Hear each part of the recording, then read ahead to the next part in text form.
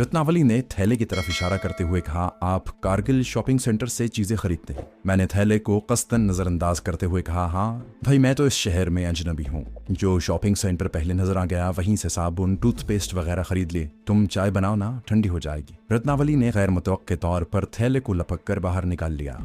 मैं एकदम मोहतात हो गया। कहने लगी, मुझे ये थैला बहुत अच्छा लगता है। तुम सुनकर हैरान हो गए जगदीश कि मैंने कितने ही ऐसे थैले घर में जमा कर रखे हैं। क्या मैं ये थैला ले सकती हूँ? और इससे पहले कि मैं कुछ कहता, उसने थैले में से जूते निकाल कर एक तरफ रख दिए, थैला तह करके अपने पर्स में रखा। फिर जूतों को देखकर बोली, इन पर बड़ी मिट्टी लगी है। क्या तुम सुबह सैर को जाते हो मिस्टर जगदीश? अभी तक मैं किसी नतीजे पर नहीं पहुंच सका था। मैंने कहा, हाँ, किसी रोज आंख खुल जाए तो सैर को निकल जाता हूँ। रत्नावली ने जूतों की तरफ इशारा करते हुए कहा, लगता है आज रात को भी आप सैर करने गए थे। मेरा मतलब है मुंह अंधेरे। मैंने मुस्कुरा कर कहा, हाँ, आज सुबह आंख खुल गई थी तो सोचा सैर ही कर लूं। सैर करने से आदमी फिट रहता है। क्या ख्याल है? मेरी चाय में चीनी आधा चम्मच डालना प्लीज। रत्नावली अभी तक उसी मौजू पर अड़ी हुई थी। कहने लगी, जगदीश बाबू, आप किस तरफ सैर करने जाते हैं? जूतों पर खुश्क कीचड़ भी लगा हुआ है। पौंडीचेरी के बाग तो बड़े साफ सुथरे हैं। मैं आपको बताऊं, यहाँ आपके करीब ही बच्चों का एक पार्क है। वहां पथरीली रविश बनी हुई है। आप उधर सैर को जाया करें।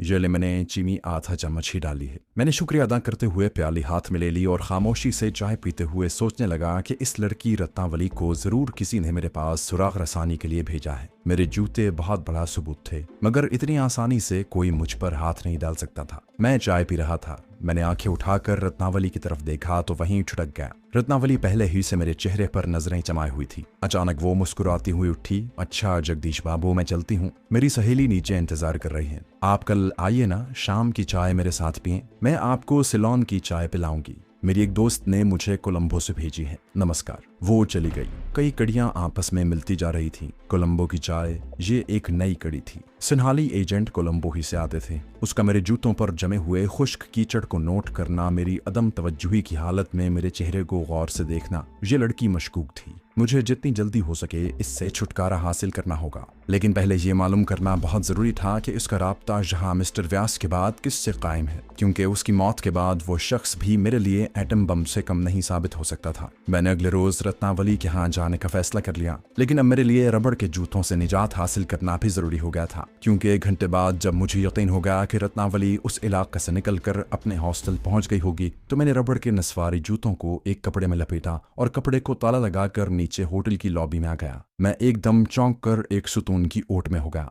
रत्नावली काउंटर के पास खड़ी एक औरत से बातें कर रही थी। ये अभी तक इसी होटल में थी। शायद उसने मुझे नहीं देखा था। मैं तेजी से सीढ़ियां चढ़कर दूसरी मंजिल के कॉरिडोर में आ गया। कमरे में आकर मैंने रबड़ के जूते पलंग के नीचे डाल दिए। ये पुरस्कार लड़की रत्नावली मेरे लिए एक मुसीबत बनती जा रही थी। मैंने ये बात खास तौर पर नोट की थी कि रत्नावली जितनी देर मेरे कमरे में रही, उसने मिस्टर व्यास के कत्ल के बारे में कोई बात नहीं की थी। अगर वो इंटेलिजेंस की औरत थी तो उसे यकीनन मिस्टर व्यास के कत्ल की इत्तला मिल चुकी थी, लेकिन उसने जानबूझकर मुझसे उसका जिक्र न किया था। मैं भी मसलहतम इस ज़मन में खामोश रहा। मैंने यही फैसला किया कि सुबह मुंह अंधेरे सैर के बहाने बाहर जाकर जूतों को किसी वीरान गड्ढे में दबा दूंगा। लेकिन रत्नावली के मेरे कमरे में आने और उसकी पुरस्कार हरकतों से मुझे खतरा पैदा हो गया था। मैं रबड़ के जूतों को रात भर अपने कमरे में नहीं रखना चाहता था। ये जूते मुझे गिरफ्तार करवा सकते थे। मैं बेचैनी के आलम में कमरे में टहलने लगा। रत्नावली अभी तक इसी होटल में ही होगी। बैरे ने आकर खाने का पूछा तो मैंने कहा कि नीचे डाइनिंग हॉल में ही खाऊंगा। इस बहाने मैं नीचे जाकर रत्नावली के बारे में मालूमात भी हासिल कर सकता था। बैरा चला गया। मैं इतना अहमक नहीं था कि खाना खाने जाते हुए जूते वहीं कमरे में ही छोड़ जाता। अब मैंने जूतों को एक अखबार में लपेट कर बगल में दबाया और बाहर निकलकर कमरे को ताला लगाते हुए कॉरिडोर में इधर उधर देखा। दूर से एक जोड़ा चला रहा था। मैंने पैकेट हाथ में पकड़ लिया और आहिस्ता आहिस्ता कदम उठाता सीढ़ियों की तरफ बढ़ा। अचानक मेरी नजर आखिरी कमरे की दाएं जानिब दीवार में लेटर बॉक्स की तरह बने हुए चौकोर सुराख पर पड़ी, जिसके ऊपर हुरूफ में ट्रैश लिखा था। मुझे ख्याल आया कि जूते फेंकने के लिए इस वक्त इससे बेहतर और कोई जगह नहीं हो सकती। इस सुराख में से होटल में रहने वाले रद्दी चीजें फेंकते थे, जो नीचे तहखाने में रद्दी और कूड़े करकट के बहुत बड़े ड्रम में जा गिरती थी। वहां से रोजाना सुबह सुबह ट्रक आकर ले जाता था। मैं वहां पहुंचकर रुक गया और अपनी घड़ी पर वक्त देखने लगा। जब जोड़ा मेरे करीब से गुजरकर सीढ़ियां उतरने लगा तो मैंने जूतों के पैकेट को जल्दी से ट्रैश के सुराख में से नीचे फेंक दिया। मेरे जहन से बहुत बड़ा बोझ उतर गया था। अब मैं बड़े सुकून से सीढ़ियां उतरकर लॉबी में आ गया। मैंने कनखियों से लॉबी का जायजा लिया। रत्नावली वहां नहीं थी। मैंने सिगरेट सुलगाया और खामोशी से कदम उठाता डाइनिंग हॉल में आकर कोने वाली कुर्सी पर बैठ गया। जहाँ कुछ मर्द और औरतें बैठी थी। खाना लगाया जा रहा था। रत्नावली यहाँ मौजूद नहीं थी। मैंने इत्मीनान से खाना खाया। कुछ देर बैठकर शाम के अखबार का मुताला करता रहा और सिगरेट पीता रहा। फिर अखबार लपेट कर मेज पर रखा, सिगरेट एस्ट्रे में दबाया और अपने कमरे की तरफ चल पड़ा। लॉबी में रत्नावली कहीं नजर न आई। वो शायद जा चुकी थी। मैंने कमरे का दरवाजा खोला और अंदर दाखिल होकर दरवाजा बंद कर दिया। दीवार पर लगा बिजली का बटन दबाया। कमरे में रोशनी हुई तो मैं एक लम्हे के लिए सप्ते में आ गया। कमरे की हर शय उलट पलट हो चुकी थी। किसी ने मेरी अदम मौजूदगी में कमरे की भरपूर तलाशी ली थी। कोई शय भी अपनी जगह पर नहीं थी। बिस्तर की चादर फर्श पर गिरी हुई थी। गद्दा दोहरा होकर कालीन पर गिरा था। सिंगार मेज की सारी दराजें खुली हुई थी। अलमारी जिसको मैंने चाबी लगा रखी थी वो भी खुली थी। मेरे ब्रीफकेस को खोलकर उसकी तलाशी भी ली गई थी। ये काम रत्नावली या उसके किसी साथी के सिवा और किसी का नहीं हो सकता था। अब मुझे यकीन हो गया कि रत्नावली को मेरे पीछे लगाया गया है और मुझ पर किसी को शक पड़ चुका है। ये सिवाय वहां की इंटेलिजेंस के और कौन हो सकता था। मेरे लिए तेजी से सरगर्म होने का वक्त आ गया था। ये तलाशी इस बात का इशारा थी कि मैं इंतहाई खतरे में हूँ। जो कोई भी मेरे कमरे में आया था उसको रेड बॉक्स या मेरे जूतों की तलाश थी और उनमें से एक भी शय उनके हाथ न आई थी। मुझे तशवीश हुई कि इन लोगों ने कूड़े करकट के ढेर में से मेरे जूतों को न ढूंढ निकाला हो। मैंने बाहर निकलकर कमरे को ताला लगाया और तेज तेज कदमों से लिफ्ट की तरफ गया। ये लिफ्ट तहखाने के दरवाजे के बिल्कुल सामने जाकर रुकती थी। ये होटल की सबसे निचली मंजिल थी जहाँ से वो लोग अपना सामान लेकर आते थे जो होटल में अपने बच्चों के साथ ज्यादा देर तक ठहरते थे। ट्रैश रूम के दरवाजे पर सिर्फ कुंडी लगी थी। मैंने इधर उधर देखा, वहां मेरे सिवा कोई नहीं था। जल्दी से कुंडी खोलकर मैं तहखाने के ट्रैश रूम में दाखिल हो गया। ये काफी कुशादा था जो बिल्कुल खाली था। सिर्फ दरमियान में दो जगहों पर कूड़े करकट के ढेर लगे थे जो ऊपर से फेंका गया था। मुझे पहले ही ढेर पर से अपने जूतों का पैकेट मिल गया। वो एक तरफ लुढ़का पड़ा था और अखबार से बाहर निकल आया था। मेरी जान में जान आ गई। मैंने जूतों को उठाकर अपने पाजामे में कुर्ते के नीचे छुपा लिया। ट्रैश रूम का दरवाजा बंद करके कुंडी लगाई और लिफ्ट के जरिए वापस अपने कमरे में आ गया।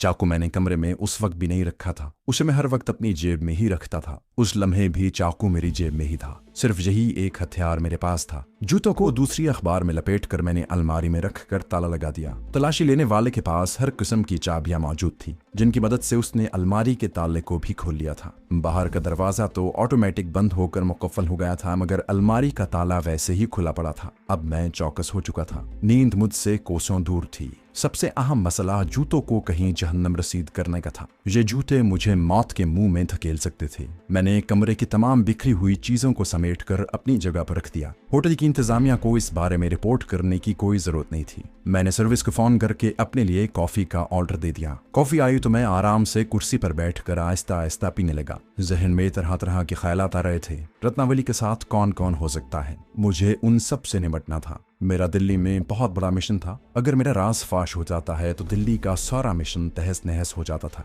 और मुझे इसी शहर में गिरफ्तार कर लिया जाता। ये बात यकीनी थी कि मेरी निगरानी की जा रही है। उस वक्त भी होटल के आसपास कोई ना कोई आदमी जरूर मौजूद होगा जो मेरे बाहर निकलने पर मेरा पीछा करना शुरू कर देगा। ऐसी सूरत में मेरा सुबह सैर के बहाने जूतों को साथ ले जाकर किसी जगह फेंकना खतरनाक था। मैं इन जूतों को अपने कमरे में रखकर बाहर भी नहीं जा सकता था। दूसरे रोज मुझे हर हालत में बंदरगाह पर रिपोर्ट की तफसीलात हासिल करने जाना था। मेरे पास सिर्फ एक ही रात थी। इस रात के अंदर अंदर मुझे अपने जूतों को किसी गहरे कुएं में इस तरह फेंकना था कि कोई मुझे देख भी न सके। कोई तरकीब मेरी समझ में नहीं आ रही थी। अब मुझे ये फिक्र लाहक हो गई थी कि अगर मेरी निगरानी की जा रही है तो जिस रात पिछले पहर शहर के बहाने में रेड बॉक्स लेकर समंदर के दूर दराज चट्टानी साहिल की तरफ गया था तो लाजमी बात है कि उस वक्त भी जरूर कोई मेरा पीछा कर रहा होगा। इस ख्याल के आते ही मेरे रोंगटे खड़े हो गए। अगर ये अलमिया पेश आ गया तो मेरा बचना मुश्किल है। मुझे चट्टानी खो में जाकर अब रेड बॉक्स के बारे में भी तसल्ली करनी थी। मैं कॉफी की 2 प्यालियां पी चुका था। 6-7 सिगरेट भी फूंक डाले। घड़ी देखी, उस वक्त रात के 10 बजने वाले थे। कार पार्किंग वाले शेड की जानिब से मुझे एक ट्रक के आकर रुकने की आवाज आई। मैंने उठकर खिड़की में से बाहर देखा। ये एक बहुत बड़ा ट्रक था जिसके ऊपर कूड़े का ड्रम उठाने वाली मशीन लगी थी। मेरे दिल में उम्मीद की शमा रोशन हो गई। अगर ये ट्रक कूड़ा करकट और ट्रैश उठाने आया है तो मैं भी रबड़ के जूतों से निजात हासिल कर सकता हूँ। मैंने गौर से देखा, ट्रक की हेडलाइट्स बुझा दी गई थी। पीछे से 4 आदमी आकर होटल की दीवार की तरफ बढ़े। इस अकबी दीवार में वो दरवाजा था जो तहखाने के ट्रैश रूम को जाता था। ये चारों आदमी उस दरवाजे में दाखिल हो गए। मेरे लिए ये सुनहरी मौका था। मैंने जूतों को अखबार से निकालकर अपनी कमीज के अंदर छुपाया और कमरे से निकलकर दूसरे किनारे वाली लिफ्ट में आकर ग्राउंड का बटन दबा दिया। लिफ्ट मुझे लेकर ग्राउंड फ्लोर पर आकर रुक गई। मैंने बाहर आकर देखा, ट्रैश रूम का दरवाजा खुला था। महकमे के मुलाजिम तेजी से ड्रमों में ट्रैश और रद्दी चीजें भर रहे थे। मैं वहीं खड़ा हो गया। जब एक आदमी पहियों वाले ड्रम को चलाता मेरे करीब से गुजरने लगा तो मैंने बड़े आराम से जूते निकाल कर ड्रम में डाल दिए। उस आदमी का चेहरा ड्रम की दूसरी तरफ छुपा हुआ था। उसने मुझे जूते रखते नहीं देखा था और अगर देख भी लेता तो इसमें कोई अचंभे की बात नहीं थी। आखिर मैंने पुराने जूते ही ट्रैश में फेंकने थे। वो आदमी ट्रैश ड्रम को पहियों पर चलाता बाहर निकल गया। मैं लिफ्ट के जरिए ऊपर अपने कमरे में आ गया। अब दूसरा काम साहिल समंदर पर जाकर रेड बॉक्स और रिवॉल्वर वाले थैले की चेकिंग थी। ये एक नाजुक मरहला था। अगर मेरा पीछा किया गया है तो मैं रंगे हाथों पकड़ लिया जाऊंगा। अगर नहीं जाता तो भी मेरे दिल में चैन नहीं था। यही वसवसा उठ रहा था कि कहीं इन लोगों ने वहां से रेड बॉक्स ना निकाल लिया हो। क्या मालूम सुबह मैं बंदरगाह पर जाऊं तो जेटी ऑफिसर मुझे उसी वक्त गिरफ्तार कर ले। रात बड़ी मुश्किल से काटी। कभी नींद आ जाती, कभी हड़बड़ा कर उठ बैठता। सैर का वक्त हो गया था। मैं सैर के बहाने भी साहिल समंदर की तरफ नहीं जा सकता था। वहां जाने के लिए मुझे कोई ऐसा तरीका इख्तियार करना था कि किसी को मेरी शक्ल दिखाई न दे। इसके लिए मुझे अपना हुलिया बदलने की जरूरत थी, जिसका सामान वहां मेरे पास नहीं था। मजबूरन मैंने नाश्ता करने के बाद बंदरगाह पर जाने का खतरा मोल ले ही लिया। मद्रासी जेटी ऑफिसर अपने कमरे में नहीं था। मालूम हुआ कि वो अभी तक नहीं आया। मैं उसके कमरे में बैठकर ताज़ा अखबार पढ़ने लगा। आज के अखबार में भी मिस्टर व्यास और गार्ड्स के कत्ल की कोई मामूली सी भी खबर नहीं थी। उस वक्त दिन के 8:30 बज रहे थे। अचानक फोन की घंटी बज उठी। मैंने रिसीवर उठा लिया। अभी मैंने हेलो नहीं कहा था कि दूसरी तरफ से एक औरत की आवाज आई। मिस्टर पिल्ले से बात हो सकती है? औरत ने अंग्रेजी में पूछा था। मैंने आवाज फौरन पहचान ली। ये रत्नावली बोल रही थी। मैंने अपनी आवाज को यकसर बदलते हुए पूछा, मैडम मिस्टर पिल्ले कौन है यहाँ? उसने कहा, मिस्टर पिल्ले जेटी ऑफिसर हैं। मैंने उनके घर फोन किया था। पता चला कि वो ऑफिस चले गए हैं। मैंने इसी बदली हुई आवाज में टूटी फूटी अंग्रेजी में कहा, वो तो अभी दफ्तर नहीं आए। रत्नावली ने उल्टा सवाल कर दिया, तुम कौन बोल रहे हो? मैंने जल्दी से कहा, मैं उनका दोस्त हूँ, उनसे मिलने आया हूँ। रत्नावली ने फोन बंद कर दिया। मैंने रिसीवर रखा और गहरी सोच में डूब गया। ये बात साबित हो गई थी कि रत्नावली का इस मद्रासी जेटी ऑफिसर से राब्ता था। उसी के इमा पर रत्नावली मेरी सुराग रसानी पर लगाई गई थी। शवाहिद से यही साबित हो रहा था। तो क्या इस मद्रासी मिस्टर पिल्ले को मुझ पर शक पड़ गया है? ये तो मुझे तबाह करवा सकता है। अगर उसे मुझ पर शक हो गया है तो उसका दिल्ली हेडक्वार्टर सिर्फ एक लफ्ज़ लिखना ही मुझे हमेशा हमेशा के लिए तबाह कर सकता है। मैंने सिगरेट सुलगा लिया और उठकर कमरे से बाहर आ गया।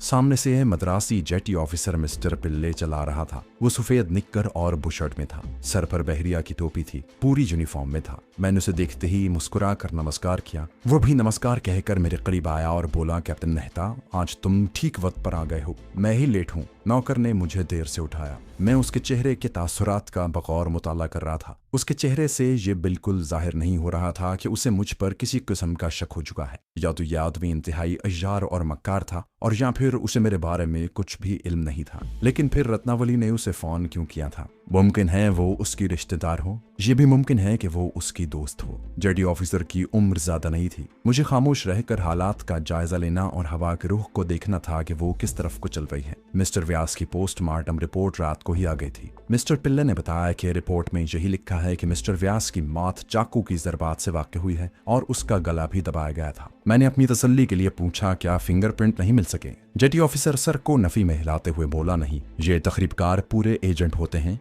इन्हें इसके लिए पूरी ट्रेनिंग दी जाती है। वो अपने फिंगरप्रिंट्स कैसे छोड़ सकते हैं भला? उसकी बातों और चेहरे के तासुरात से कम से कम मैं तो इसी नतीजे पर पहुंचा कि उन्हें रेड बॉक्स और मेरे बारे में कुछ नहीं पता। ये मेरी खुशफहमी भी हो सकती थी। इसके बावजूद ये फैसला मैं कर चुका था कि चाहे कुछ भी हो जाए, मुझे साहिल समंदर की चट्टानों में पहुंचकर रेड बॉक्स को अपनी आंखों से देखना और पूरी तसल्ली करनी है। मैं उसे वहां से निकाल कर किसी और जगह मुंतकिल कर देना चाहता था। समंदर में डुबोने से मुझे वहम था कि वो किसी न किसी वक्त बाहर आ जाएगा। बारूद से उसे तबाह भी नहीं कर सकता था। उसे मेरे लगाए गए ताकतवर टाइम बम और तारपीडो के धमाके तबाह नहीं कर सके थे। मिस्टर पिल्ले ने मेरे और अपने लिए कॉफी मंगवाई। थोड़ी देर बाद रूसी मुशीर तमेजी भी आ गया। उसने आते ही कहा, मैं आज वापस दिल्ली जा रहा हूँ। मुझे अपने सफीर ने सलाह मशवरे के लिए बुलाया है। मैं खामोशी से सिगरेट के हल्के हल्के कश लगाता रहा। मिस्टर पिल्ले ने कहा, मिस्टर दमेजी, परसों मद्रास से एक खुसूसी तहकीकाती टीम मामले की छानबीन के लिए आ रही है। क्या तुम उनसे मिलोगे? दमेजी ने कहा, सॉरी मिस्टर पिल्ले, मेरा जाना बहुत जरूरी है। मुमकिन है मैं इस महीने के इख्तिताम पर फिर आऊं।